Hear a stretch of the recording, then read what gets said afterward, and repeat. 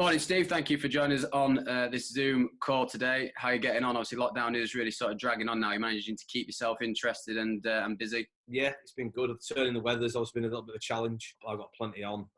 Still working behind the scenes and doing plenty. Keeping busy enough anyway, and just about keeping sane at the moment. Good this week to announce some of the guys that are going to be joining us. When we last spoke, a lot of the work had been done, but for various reasons, we had to sort of hold off making those public. But in the last week, Mark Best, James Mitchell and Connor Joyce have all been announced to join us for next year, which is really exciting news. It's nice to be able to get a few of the new signings coming in. It gives the supporters a little bit of a grasp on who, they can put a face to the names and that sort of thing. And it's exciting times. Obviously, there's a bit of a rebuild in some of the squad. Get those announced. They've been there for a while now. Obviously, for certain reasons, we couldn't announce them at the moment in time, but we're at a point where we can start to announce some of the new signings coming in. Having spoke to all three of the lads to talk about why they're joining the club for next year, they all stated your vision for the club and your hopes and plans for next season. Talk us through a little bit more of this type of things that you've been telling these boys and what you're trying to build here at Castle Park. I want people with ambition, and just sort of touching on the ambition of the players and the sort of ambition of myself and the coaching team and the club, and that really fit. I think for some of these guys, I think some of them are a little bit of experience, but they're not. They've still got a lot of growth in them. They're 26 years old. They've still got a lot of rugby left in them, and they've got a lot of growth to kick on. And we just sort of touched on that. Really, I think I want people that want to progress. And I think there's the way they will progress is within the team. Do you know what I mean? Putting something into the team. Obviously, the style of rugby we sort of want to play, which we can probably touch on a little bit later. But I mean, I think the biggest thing is just the ambition that we're after. We're after people. Probably a little bit of a frank and open conversation. Professional sports change. You don't get many people like Matt Chandler anymore. They're a rare breed. You won't get many people playing 100 games. Is quite a big thing now. There's not many people that will achieve that, but we're basically saying, like, we'd like to come here. We're not saying we should pledge your life to Doncaster, but we're saying that you should buy in for the time that you're here. And if that means that you kick on as a club, we'll take great pride in that to see you progress, because it means that we've done something right. As things become a little bit clearer, we're hoping to, and we're going to be able to announce a few more arrivals in the next few days and weeks. Yeah, no, it'll be good. Obviously, there's quite a few guys that we've got signed up. I think we had to move a little bit early on some stuff with changes in budgets and obviously financial restraints. The age demographic of the squad will be a lot younger. Now, that brings a lot of pluses. It also brings, the cons that come with that, with the experience.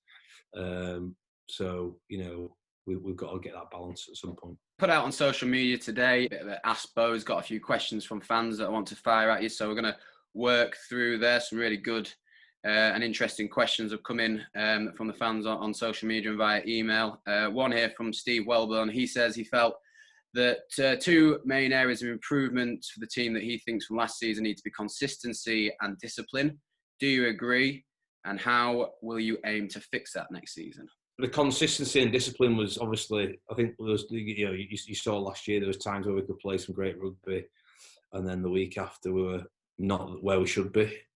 I don't really want to speak too much about last year. What I would say is that I think ambition, drive and hunger drive consistency, because you constantly want fighting to get to somewhere.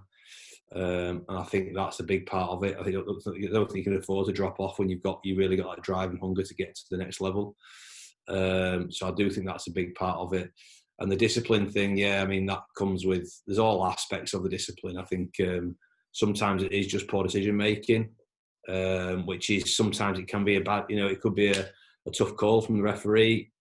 It might be we've got to adapt better, and we've got to be able to have that mental strength to say, right, we think we're right, but we've got to adapt to the referee. We've got to play the referee in a better situation. It could be that conditioning and fatigue makes a coward of us all. It could be past that. So there's loads of different elements that can tie into it. But the consistency thing, I think, is a big one, which comes down to hunger and drive to succeed and all a place to go. I think that could definitely be something that we've looked at with the ambition of the squad. I'm not saying that anything to do with last year.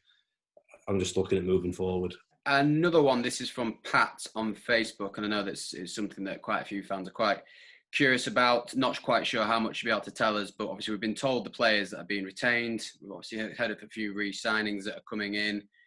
Subject to ongoing negotiations, when might we be able to announce who's leaving the club? It's a really good question. Everything's quite complicated at the moment with fixed term contracts in sport and coming back, not coming back. And the moment, the reason why when we haven't announced anything, we're trying to protect the players that either are staying or are leaving as much as possible, because there's a lot of uncertainty at the moment.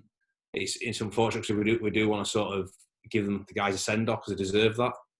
But at the moment, we're trying to do the right thing by them, basically, at the moment. Yeah. One in from Liam on Instagram. He says, what will be the biggest change to the style of rugby played next season? It's the big thing that we're sort of trying to push as coaches is adaptability. So we don't want to be a one-trick pony. So you can sort of see the way the game's going as much as, and rightly so, Donny's been really traditionally a very strong set piece side. It's absolutely a huge part of the game, and we'll be wanting to keep that.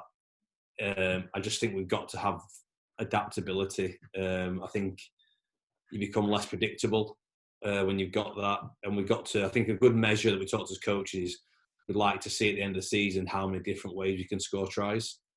So could that be from scrums? Could that be from penalties, kick to the corner? Could that be running from deep?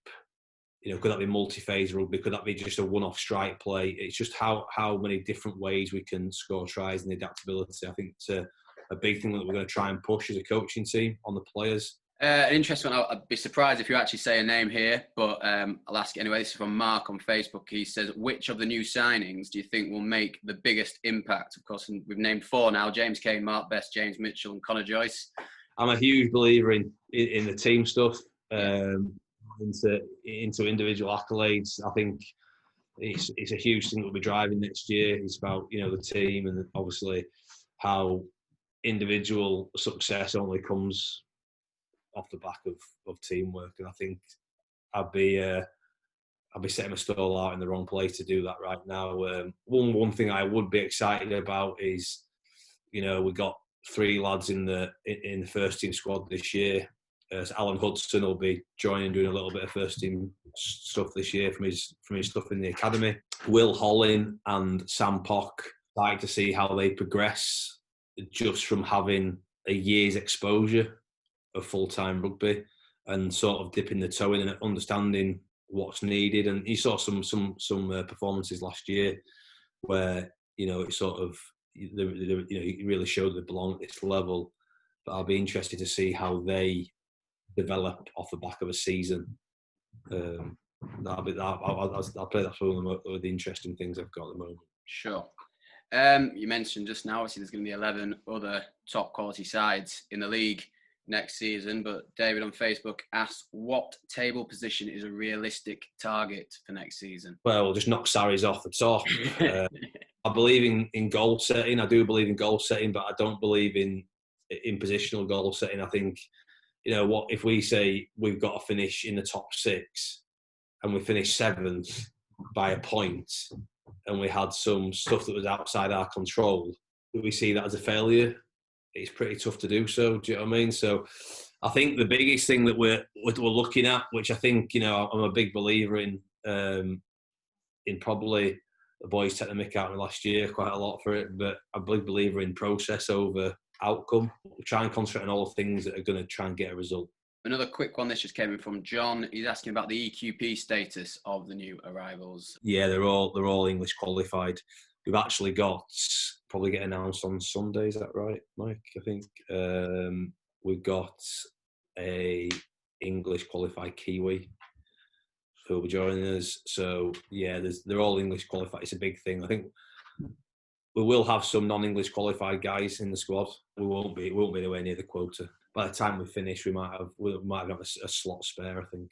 It was announced today by the Professional Games Board that elite clubs could start looking at returning to training, but I guess at the moment that doesn't really mean that sides will return back to training. There's still a lot of water to pass under the bridge before we're at that stage? Yeah, we've been in regular contact. So there was a lot of meetings last week that I was on myself with the RFU and their medical teams and what they're suggesting now. Obviously, at the moment, the Premiership has got a dream of getting back to, they've got a chance of getting back to playing. So they're probably at step one at the moment. Now that'll be with no crowds.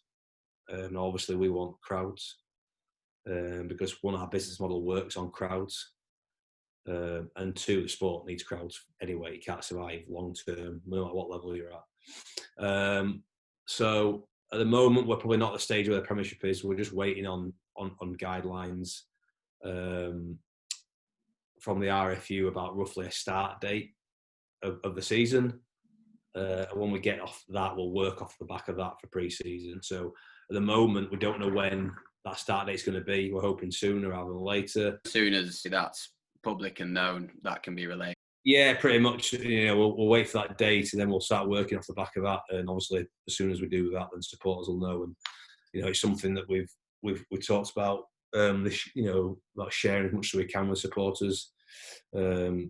It probably looks at the moment that we're probably being a bit cloak and dagger about a few things, but hopefully when the social distancing relaxes to a point where we can meet, then like I said, we'll have group meetings with supporters and staff and players. And we'll finish that there, Steve. But just before we go, obviously you talked about the supporters there, and I think we're all really looking forward to getting back to Castle Park once it is safe. We got a message for the guys for this summer? Yeah, just obviously one, with thanks for all your support so far. We've seen obviously the crowdfunding page has been fantastic, which is it's a huge boost. Those donations are just absolutely ginormous for us at the moment, and they're really, really appreciated.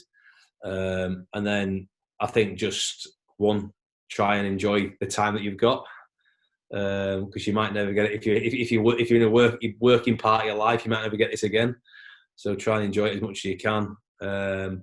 And then, like I said, we're all really looking forward to one, meeting up. And having that relationship with the supporters as Castle Park, which is pretty special, and hopefully trying to play and entertain you as much as we can, really. So